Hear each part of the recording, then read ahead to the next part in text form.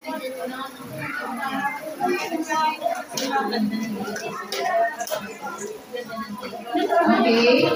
set aside muna. Ito namang maliit. Yan. Dalawang itlog po, ating ika-crack dito. Tapos palihin po natin.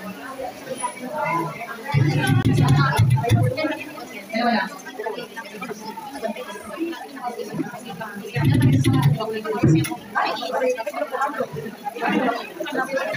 Hindi lang yung bago. Kaya hindi yan.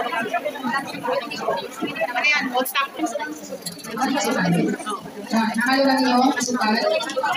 Lagyan hanggang matunaw. Ito. Yung asukal ilagay natin sa? Oo. Gandang po.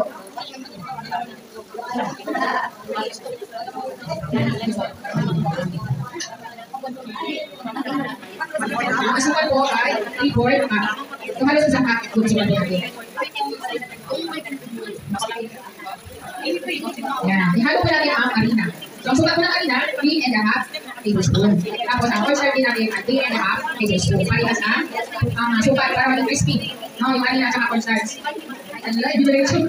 Dahan-dahan po dapat ito para hindi mag-uubukol. Excited? Grabe?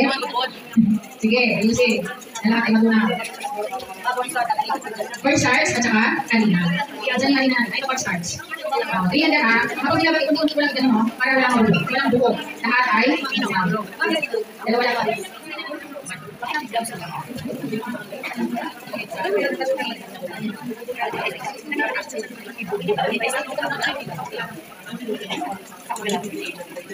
Yan, sige po.